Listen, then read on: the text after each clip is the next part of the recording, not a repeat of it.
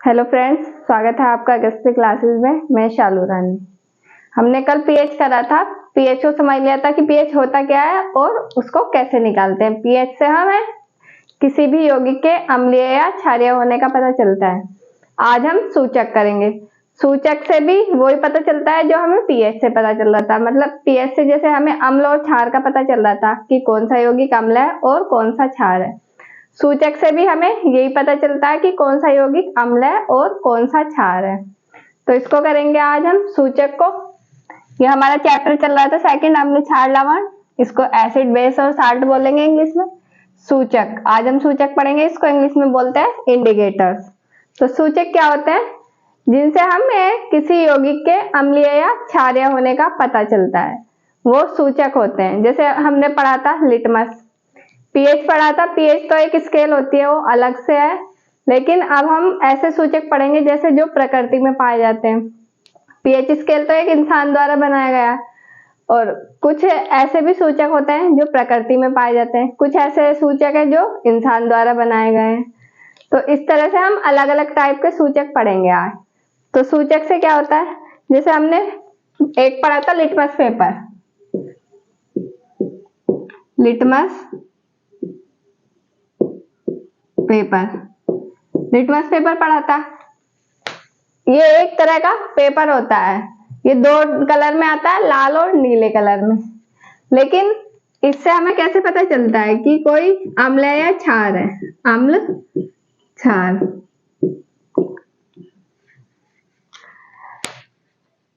अगर हम कोई अम्ल ले रहे हैं और उसको हम नीले लिटमस पे डालते हैं, नीले लिटमस पे अम्ल को डालते हैं, नीले पे, तो नीले को लाल कर देगा। अम्ल नीले लिटमस को लाल कर देता है। लेकिन क्षार जो होता है, क्षार लाल लिटमस को नीला कर देता है। तो इस तरह के कुछ सूचक होते हैं। जैसे लिटमस पेपर है, ये एक सूचक है, लेकिन ये एक प्राकृतिक सूचक है क्योंकि ये प्रकृति में पाया जाता है। प्रकृति की चीजों से ही बना है लिटमस, तो प्रकृति में पाया जाता है। ये अम्ल से रिएक्शन करेगा तो नीले लिटमस को ये लाल कर देगा, और क्षार से रिएक्शन करेगा तो लाल को नीले कर देगा। तो इस तरह से हम अब अलग अलग टाइप के पढ़ लेते हैं कि अलग अलग टाइप के सूचक है। प्राकृतिक सूचक और संश्लेषित सूचक और गंधीय सूचक, जिनमें स्मेल आती है। तो उनको कर लेते हैं हम अलग अलग देखते हैं उनको। अब हम इनके नोट्स बना लेते हैं कि अगर ये एग्जाम में आता है कुछ तो हम उसको कैसे लिखेंगे। इस तरह से प्रॉपर लिखना हो, जैसे मैंने ये बोर्ड पे लिखवाया। सूचक, पहले इसकी डेफिनेशन लिखेंगे। सूचक क्या होता है? सूचक किसी विलयन के अम्लीय या क्षारीय होने का ज्ञान कराते हैं। जो सूचक होते हैं वो कोई भी हमारे पास विलयन है उसके अम्लीय या क्षारीय होने का, मतलब वो अम्ल है या क्षार है, वो हमें बताते हैं। अर्थात अम्लीय या क्षारीय माध्यम में रंग या गंध बदल जाती है। जो सूचक होते हैं उनकी अगर अम्लीय या क्षारीय माध्यम है, अगर सूचक को अम्ल में ले जाते हैं या क्षार में ले जाते हैं, या तो उसका रंग चेंज हो जाएगा या उसकी स्मेल चेंज होएगी, गंध, उसमें किस तरह की स्मेल आ रही है। तो जो सूचक होते हैं उनकी अम्लीय या क्षारीय माध्यम में रंग या गंध बदल जाती है। ये तीन प्रकार के होते हैं सूचक। तीन प्रकार के होते हैं: प्राकृतिक सूचक, संश्लेषित सूचक और गंधीय सूचक। तीन टाइप के हो गए। प्राकृतिक सूचक जो प्रकृति में पाए जाते हैं, संश्लेषित जो इंसान द्वारा बनाए गए, और गंधीय जिनकी कुछ स्मेल में चेंज आता है। एसिड या बेस से क्रिया करने पे स्मेल में चेंज आता है, उनको गंधीय सूचक बोलेंगे। तो अब इन तीनों में से एक एक को देख लेते हैं। फर्स्ट है हमारे पास प्राकृतिक सूचक।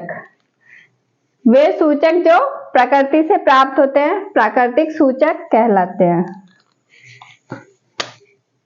ये प्राकृतिक सूचक कहलाएंगे।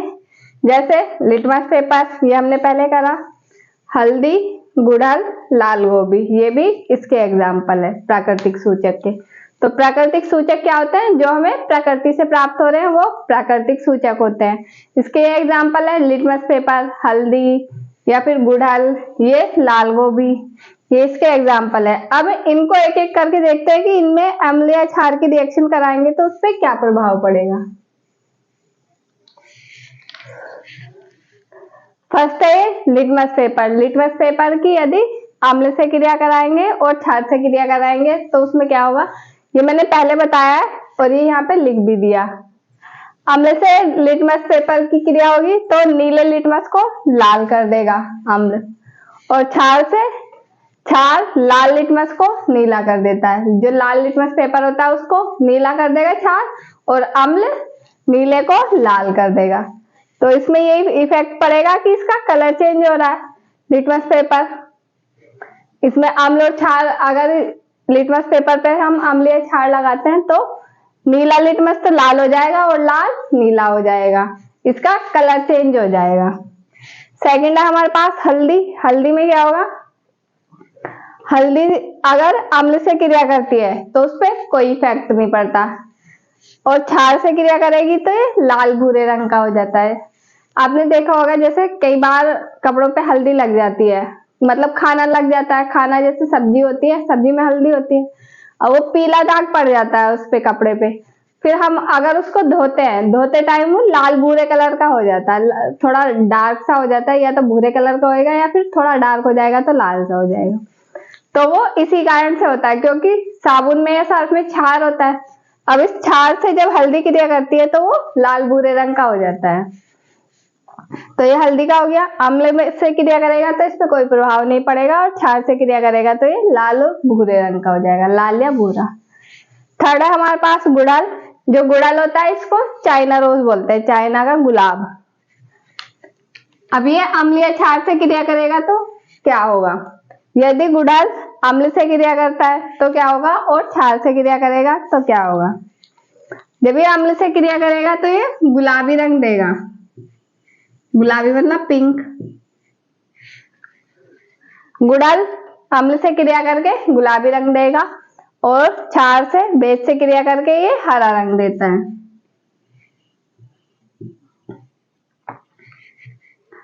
तो ये गुड़हल का हो गया। गुड़हल में क्या हो रहा है, अगर गुड़हल की अम्ल से क्रिया कराते हैं तो गुलाबी रंग देता है, और अगर गुड़हल की क्षार से क्रिया कराते हैं तो हरा रंग देता है।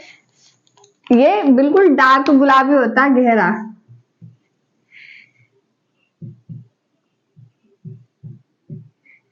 इसका एक एक्सपेरिमेंट है, उसकी वीडियो भी मैं अपलोड कर दूंगी अलग से, तो उसको देख लेना आप। गुड़हल वाले का, गुड़हल की अम्ल से क्रिया कराएंगे तो गुलाबी रंग देगा, और क्षार की क्रिया कराएंगे तो हरा रंग देगा।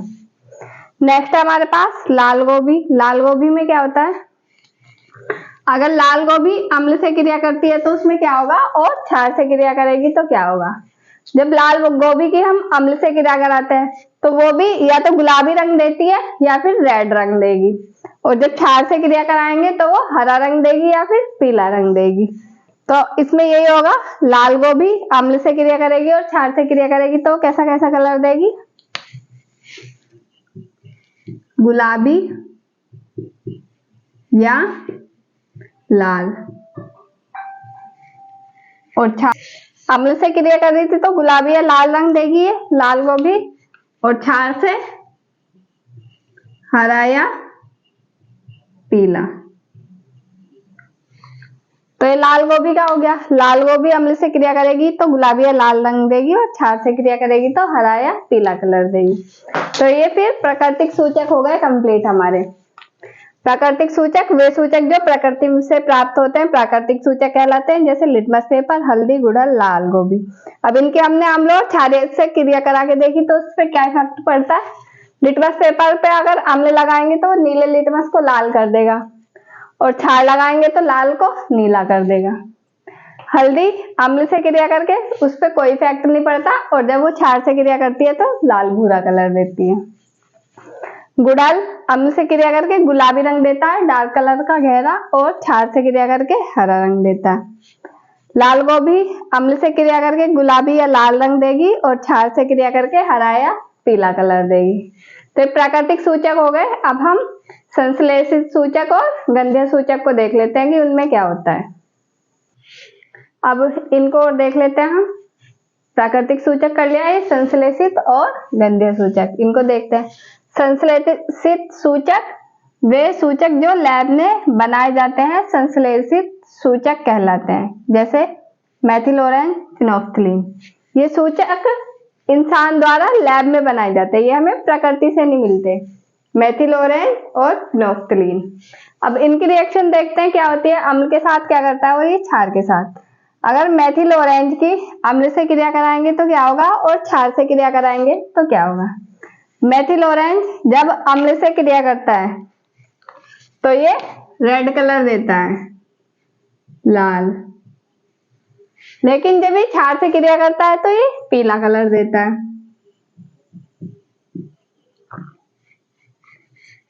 तो मेथिल ऑरेंज के साथ क्या हो रहा है, मेथिल ऑरेंज जब अम्ल से क्रिया कर रहा है तो ये रेड कलर दे रहा है और जब ये क्षार से क्रिया कर रहा है तो ये पीला कलर दे रहा है। लेकिन इसमें क्या होगा, फिनोफ्थलीन में, इसको देखते हैं, अम्ल और क्षार से क्रिया करेगा तो ये क्या होगा। जब फिनोफ्थलीन अम्ल से क्रिया करता है तो इस पर कोई इफेक्ट नहीं पड़ता है, नो प्रभाव, नो इफेक्ट, कोई प्रभाव नहीं पड़ता इस पे। लेकिन जब ये क्षार से क्रिया करता है तो ये कलर चेंज करता है अपना और गुलाबी कलर देता है। फिनोफ्थलीन अम्ल के साथ कोई क्रिया नहीं करता, इस पे कोई प्रभाव नहीं पड़ता और क्षार के साथ गुलाबी कलर देता है। यह है हमारे संश्लेषित सूचक मेथिल ऑरेंज और फिनोफ्थलीन। अब ये थर्ड है हमारे पास गंधीय सूचक। गंधीय सूचक क्या होते हैं, वे सूचक जिनके अम्ल क्षार के संपर्क में आने पर उनकी गंध बदल जाती है। मतलब अगर अम्ल के संपर्क में आएगा या क्षार के संपर्क में आएगा तो उसकी जो स्मेल है उसमें चेंज आता है, तो क्या आता है, गंधीय सूचक कहलाते हैं। जैसे प्याज, वेनिला, लौंग, ये सब गंधीय सूचक के एग्जाम्पल हैं। एक को देख लेते हैं हम, इसमें कोई ज्यादा इफेक्ट नहीं पड़ता, वो बस गंध से पहचानना पड़ता है कि किसी की तेज हो जाती है या किसी की उतनी ही रहती है। तो इसमें ये प्याज को देखते हैं, प्याज अम्ल से क्रिया करेगा तो क्या होगा और क्षार से क्रिया करेगा तो क्या होगा। अब जैसे आजकल के लोग तो उसको कम खाते हैं, लेकिन पहले जो लोग थे प्याज काट के उसमें सिरका डाल के खाते हैं, सिरका विनेगर बोलते हैं जिसको, उसको डाल के खाते थे, उसमें नमक भी डालते थे और सिरका भी डालते थे, तो उससे उसकी स्मेल थोड़ा बढ़ जाती थी, क्योंकि सिरका एसिड है, अम्ल है, तो स्मेल बढ़ रही है। तो प्याज जब अम्ल से क्रिया कर रही है तो उसकी स्मेल बढ़ रही है। तो यहाँ पे लिखेंगे हम गंध बढ़ जाती है जब ये एसिड से रिएक्शन करती है। एसिड जब प्याज और एसिड को एक जगह मिलाया जाता है, या फिर आप ये भी कह सकते हैं कि प्याज का पेस्ट बना के और एसिड का पेस्ट, एसिड तो रहता ही है लिक्विड, उन दोनों को अगर आपस में मिला दिया जाता है तो उसकी गंध बढ़ती है। ये पहले बहुत लोग खाते थे प्याज, आजकल तो कम खाते हैं एसिड के साथ डाल के। वैसे तो खाते हैं नॉर्मल सलाद में काट के, लेकिन एसिड सिरके के साथ बहुत कम खाते हैं। क्षार के साथ क्या होता है, इसकी जो स्मेल है प्याज की उस पर कोई इफेक्ट नहीं पड़ता क्षार के साथ, नो इफेक्ट। तो गंधीय सूचक में यही होता है, या तो स्मेल बढ़ जाती है या घट जाती है, इसलिए ये एक का ही कराया, वेनिला और लौंग का नहीं लिखा। तो गंधीय सूचक वे सूचक जिनके अम्ल व क्षार के संपर्क में आने पर उनकी गंध परिवर्तित हो जाती है, बदल जाती है, तो गंधीय सूचक कहलाते हैं। इसको एक बार और देख लो फिर से। सेकंड करा हमने ये संश्लेषित सूचक, इससे पहले प्राकृतिक कर लिया। वे सूचक जो लैब में बनाए जाते हैं संश्लेषित सूचक कहलाते हैं, संश्लेषित सूचक कहलाते हैं। जैसे मेथिल ऑरेंज और फिनोफ्थलीन, ये इंपॉर्टेंट है, ये आ जाते हैं। अब मेथिल ऑरेंज अम्ल से क्रिया करेगा तो लाल कलर देगा और क्षार से क्रिया करेगा तो पीला कलर देगा।